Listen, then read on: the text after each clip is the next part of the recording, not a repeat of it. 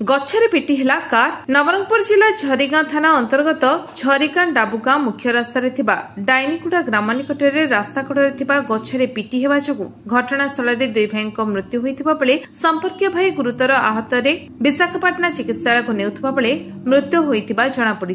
सूचना अनुसार झरीगां सिरागुड़ा साहिर चंपकला जैन पुओ 21 वर्षीय सागर जैन, स्वर्गत महावीर जैन पुओ 30 वर्षीय अंकुर जैन एवं मनमोहन जैन पुओ 18 वर्षीय क्रिस जैन आज संध्या समय गाड़ी नंबर OD02AE 8073 रे कौनसी एक काम फुपुगां रास्ता जाउथिले। तेबे डाइनीगुड़ा ग्राम निकटरे गाड़ी भारसाम्य हराई रास्ता कड़े तेंतुड़ी गछ एवं आंब गछ सह धक्का होता फल घटनास्थल सागर जैन एवं अंकुर जैन मृत्यु होता बेले क्रिस जैन गुरुतर आहत होते।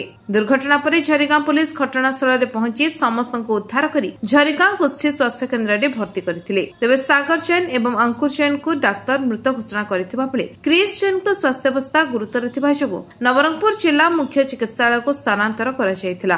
पर क्रिस जैन को विशाखापाटना नेबा समय सुंकी पाखरे मृत्यु होता। एवं झरीगां अंचल शोकर छाया खेली जाइछि। Nabarangpur गगनगंतायतका report विश्वविजय news Odisha.